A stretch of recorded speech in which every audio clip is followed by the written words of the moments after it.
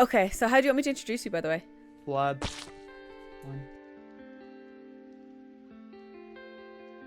Without further ado, everybody, this is Vlad. What deck are we going to build today as well, by the way? We're gonna be building an Eldlich pile. Eldlich pile.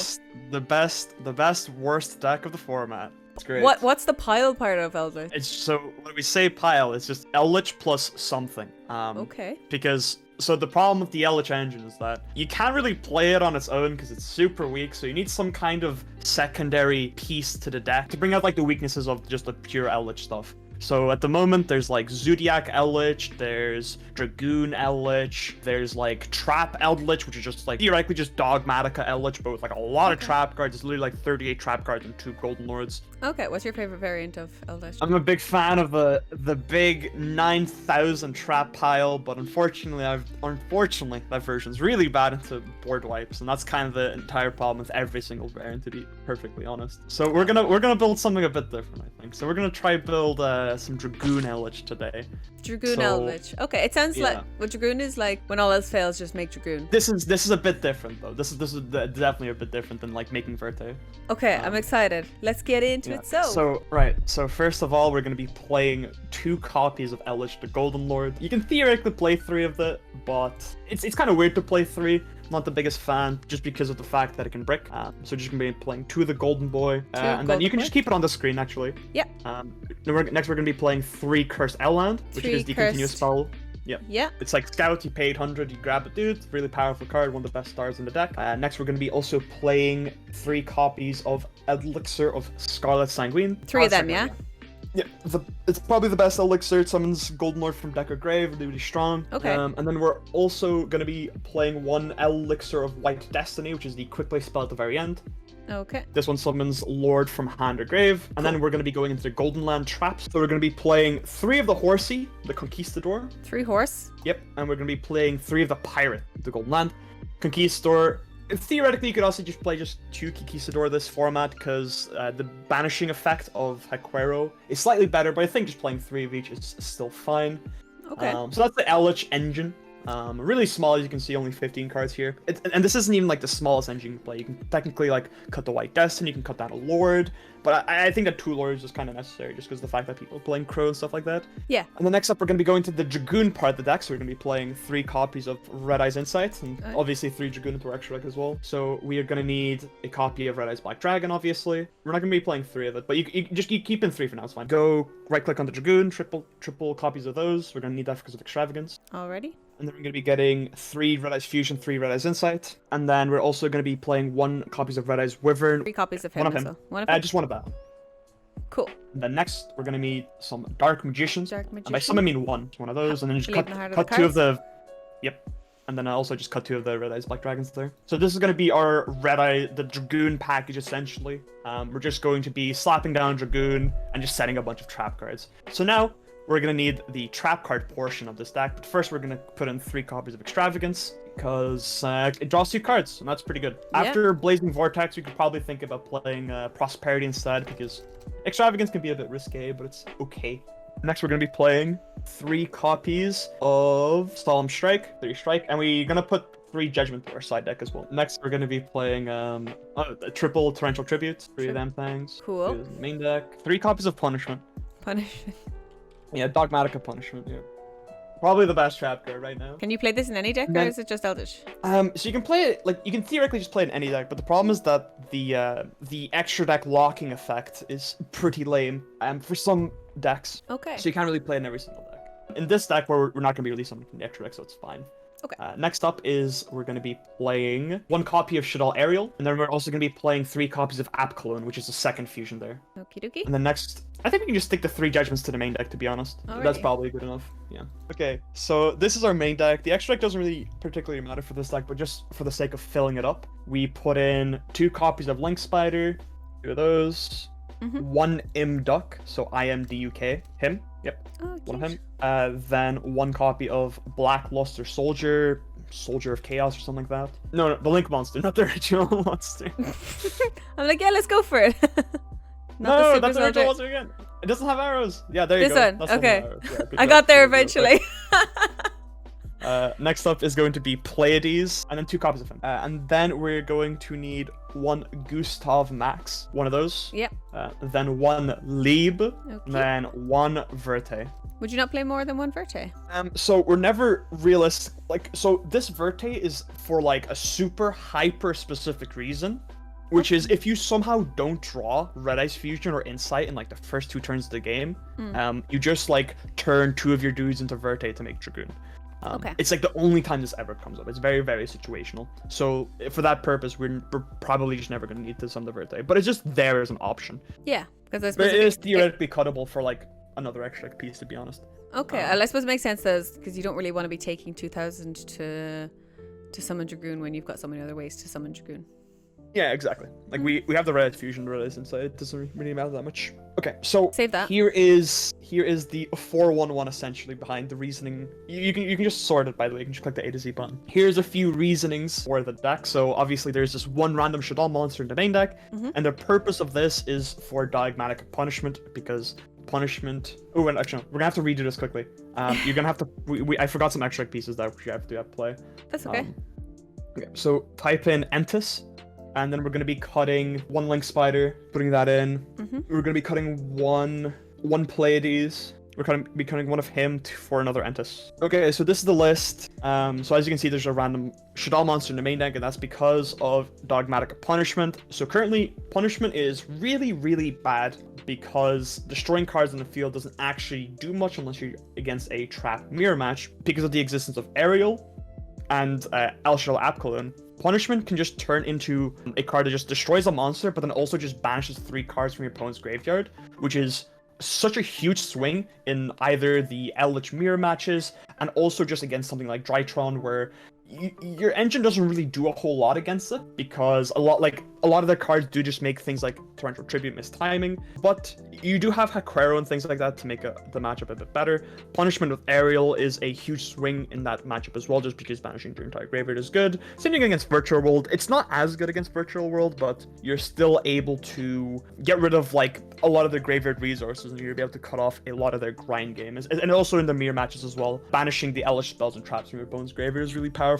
And that's the only reason why Punishment is like playable. If you're not playing Aerial in your deck with Punishment, there's probably no reason to run the card at all, just because of how low power it is. Aerial like is that important. Like it's crazy how like if Aerial effect activates and resolves, it is probably the end of the game because you just like snowball and super hard. It's good to know. It's good to know that like Eldlich as well is able to hold up against Virtual World and Drytrons at the moment. Even if it's not the best matchup, it's still a good matchup. Yeah, because the thing is, right, if you're going second against Virtual World, so obviously you're going to be going against VFD, but for the most part, you're not going to be activating any monster effects. The only thing you're going to be realistically doing is probably going like Extrav, drawing 2, activating Red Eyes Fusion, summoning a Dragoon, and just setting a bunch of traps.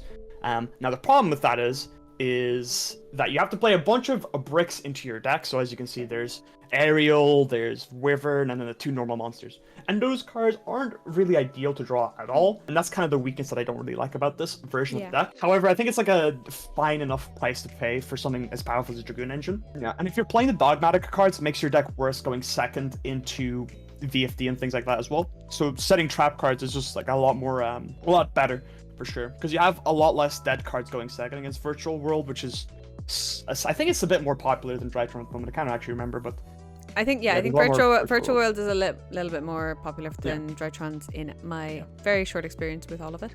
Yeah. So and like in Dragoon's like also just really good against Virtual World because you have to jump through a few hoops to actually beat Dragoon. Let alone a 4,000 type win Dragoon is like pretty hard to deal with. Yeah, like I was using Dragoon myself on the weekend, but I actually came up against a few Dragoons as well, which was kind of funny. It was almost a Dragoon off as well at some stage. Is there anything more about the deck? I don't particularly think so. Like, there's so many like different variants of it that you could play that I don't think like any of them are necessarily like wrong to play, and I don't necessarily think any of them are right to play. I think all of them just have like their own like pros and cons. Like for this one, for example, it's like really good against Virtual World. If you go first or second, just because of Dragoon. Obviously, if you get Ashed, then you get Ashed, whatever. Yeah. And then its cons are that you do have to play. It's like high risk, high reward, and the high risk being you have to play a lot of engine requirements. Like, once again, like I said, the Aerial, to be fair, the Aerial isn't that important, but you do have to play the Wyvern and the 2 vanillas.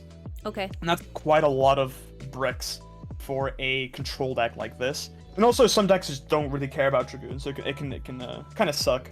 Yeah, and a lot of people are running Ice Dragon's Prison as well, which is probably going to be one of the cards that goes very well against this, maybe. Ice Dragon's Prison is not even like that great anymore. A lot of people have started cutting Ice Dragon's Prison just because of Drytron, and like Ice Dragon's Prison is really, really bad against that deck. It's like unplayably bad against that deck because you actually just can't use on any card because none of the Drytrons can be special summoned, except by their own effect.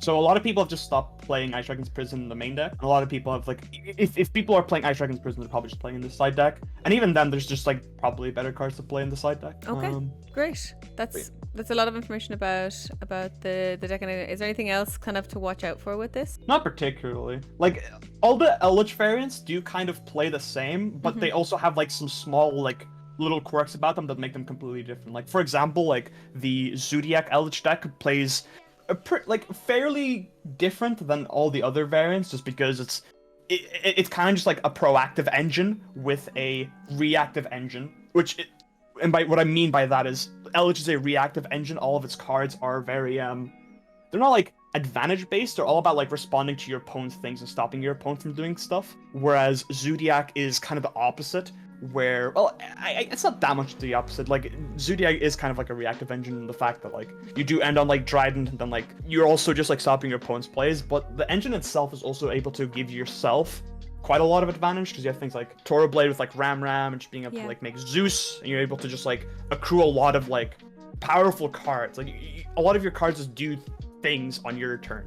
And then obviously Zoo is good against the worst deck of all time, Mystic Mine, so that's always handy. I mean, every Eldlich variant like doesn't care about Mystic Mine just because you have Conquistador. Well, that's really handy. Actually, that's really good to know. I mean, because right now, even with Drytrons and Virtual World, I think the decks are really cool, but I'm not really clicking with them. If you know what I mean. Yeah, okay. There's a few inherent problems with Eldlich. So the biggest problem with Eldlich is that some of its hands just don't really gel sometimes. It's a super high like variance deck in the sense that some of your hands are either like really strong, but there is like very, very frequently you just have hands that just like don't really like, you need to draw like an A card plus like a B card. Like you need to get like two different pieces for the engine to work, and if you draw too many of like one of the sides, it doesn't do a whole lot. Like for example, if you're opening like a bunch of Sanguines, it doesn't really do a whole lot. If you're opening a bunch of Golden Lands, it doesn't really do a whole lot. And the Golden Lands by themselves don't do anything, and the Elixirs on their own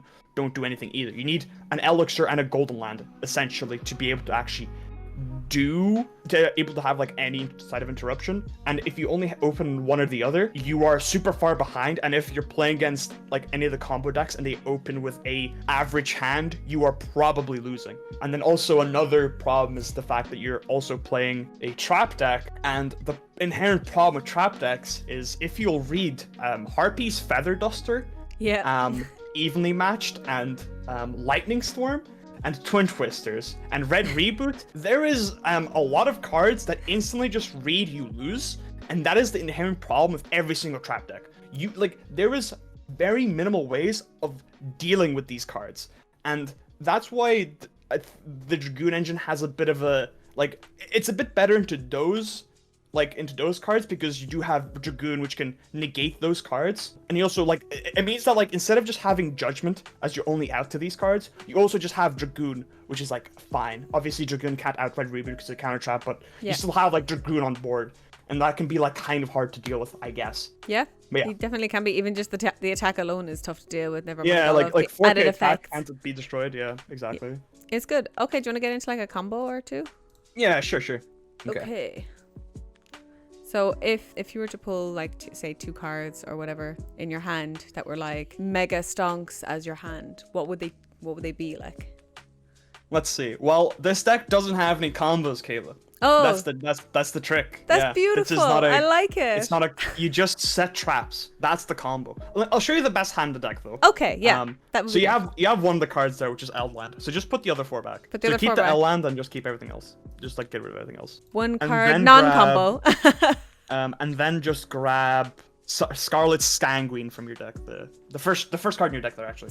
So this is the best quotation marks combo in the deck, which is L land plus any elixir. This is very hard combo. Okay, so first of all, you have to put your cursed L land in the far left or the far right in the pendulum zone. It's important that it's there, because then it's like a pendulum monster that does the same thing. So you activate it. Yeah.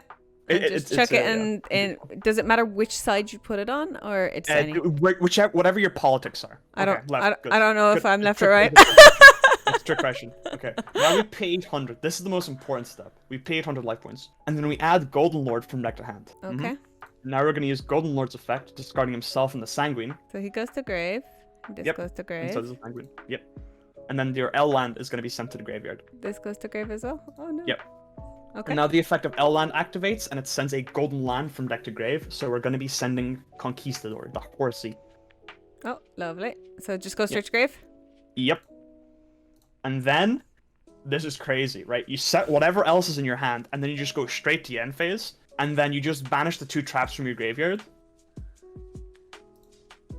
And then they're just going to set 2 more traps from your deck. So you're just going to be grabbing a Pirate and another Sanguine. So that one, yeah. So that's going to be set from deck, and then so is the other Sanguine. And then you just...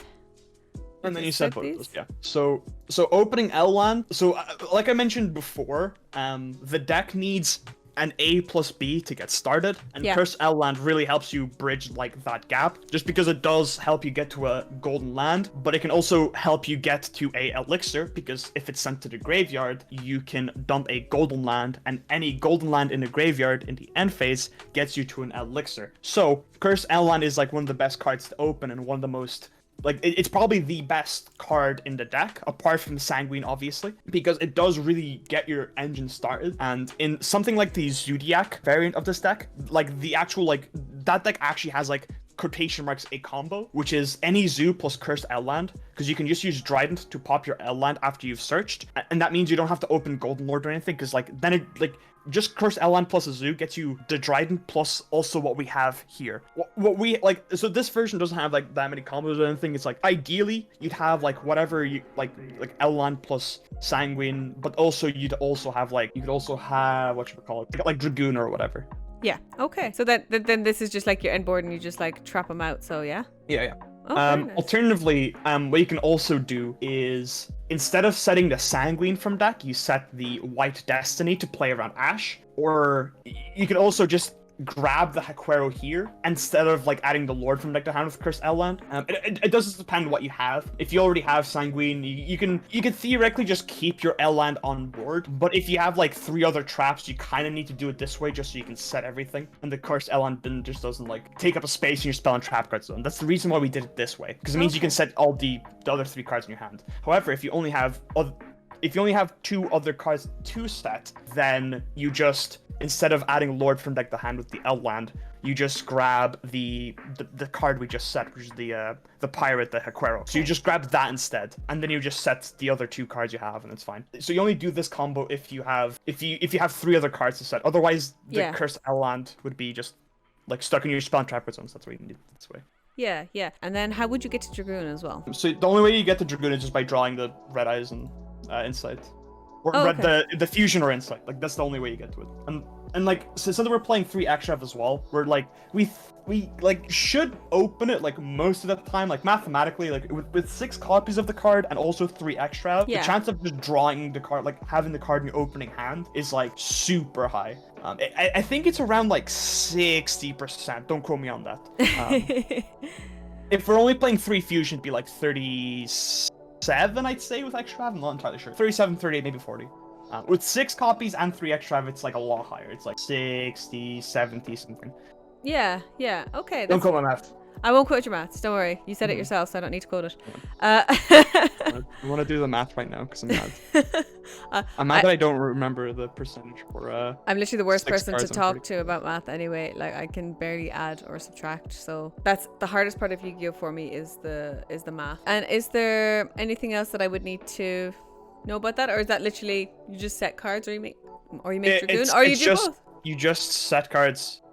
Like in this hand, for example, right? This is like the bread and butter hand you actually want to open. You have Sanguine, you have Conquistador, you have Punishment, Judgment, and Extrav. So in this hand, for example, you just start with Extrav, obviously. Gonna have to. We banish 6, we draw 2 cards, Hope to not banish double Dragoon, draw Red Eyes Fusion every single time because we're gamers. Oh no. Man, you're such an anti-gamer. Right, anyway. In this hand, you'd probably set like one of the judgments and then everything else. One of the judgments and everything else just gets set. And everything else. So for example, here we'd have a destruction for a face-up card. We'd have punishment, which would be destroying a face-up monster and probably banishing their entire graveyard. We'd have Haquero to banish a card from their graveyard, and then we also have Judgment to negate whatever. On the following turn, assuming that we have stuff left in our extract, just check what we have. Hey, we still have Dragoon. Yeah, you still have Dragoon. So if you draw into Fusion or something, it's still fine. The following turn, you can still make play, something like that. we wouldn't be drawing this for turn anyway. It'd be gone from our deck. Yeah. Wait, did we banish all 3 app clones? Wait, check that. No, we didn't. Okay, we still have 1 app clone. Literally the Dream banish, by the way. Literally the Dream banish. Okay, well, I might not get the Dream draw, but I get the Dream banish. That's good. It's something, I guess. We wouldn't be drawing the aerial anyway. Like, on our opponent's turn, this card will already be gone from our deck. Okay, so we'll shuffle again, try again. No, just another that's fine. That's fine. It's fine. So the thing with this deck is that, like, even if you only open, like, traps, as long as they're, like, some kind of engine traps, you're still able to do stuff and, like, apply a bit of pressure. Obviously, if you don't draw the Dragoon packet, like, the Dragoon portion of the deck, it's a bit harder to apply pressure, just because, like, your monsters aren't, like, that big, but the fact that all of your spells and traps, like, keep resetting themselves means that you're able to keep applying pressure. Albeit, it does get a bit weaker, like, every single turn, because, like, the other traps you have don't get replenished, but the slightly weaker Eldlich cards do get replenished. So as long as you're able to kind of, like, hold your traps, and just, so the hard part of this deck is actually just, like, playing against other decks, and knowing when to, like, just knowing matchups inside and out is basically, like, the hard part of this deck. Yeah. Or, like, when to use your resources, essentially. And that's like kind of the same thing with, like, every control deck. Yeah, and then obviously so if I was to take a guess at what hand traps and stuff would be best against this, I suppose you kind of mentioned a good few earlier on, like Twin Twisters, Red Reboot, Cyclones, Harpy's Feather Duster. every back removal card is just nuts against this deck, essentially. Okay, yeah. Is there anything that's, like, not like a back row card that is surprisingly good against this deck? Ash Blossom and Bell are pretty good against this deck, because you can use Ash Blossom to negate the Sanguine, which summons the Lord from deck. Okay. And you can also use Bell to negate Sanguine, because Bell can summon from grave as well. Okay. So it can negate that too. I think it's just Ash and Bell. Those cards are just super strong against this deck as well. Okay. Not super strong, but they're, like, good. Well, one thing's good, I suppose. Ash is good against every deck this format, it's, like, and every format. It's a good card. Ash is never insane. It's just fine. Just good. Most of the time. It's okay. She's just there. It is just a card. Yeah. She's just it's like just a one column, you know. She's your comfortable go back to, you know. So it's like, you know, you dump your ex and then you keep going back to them because it's comfortable. It's just Ash, you know. That type of thing. Yeah. Sure. So a bit of a weird analogy. For sure. Yeah, but at least it's the comfortable card. Everyone does play it in its deck, and it's never. It is a super safe card to play. Yeah. Yeah, and then obviously all your back row removals and Bell. So that's pretty good takedown of Eldlich and a pretty good explanation of Eldlich. You can make this deck even simpler, to be honest. A lot of people are playing things like Rivalry in this deck and just, like, a bunch of Floodgates. I personally think those cards are super lame and I don't play them. That's fair. Okay, is there anyone you wanted to shout out to or anything like that before we finish up? No? Thank you so much for that. I really appreciate it. XOXO Gossip Girl.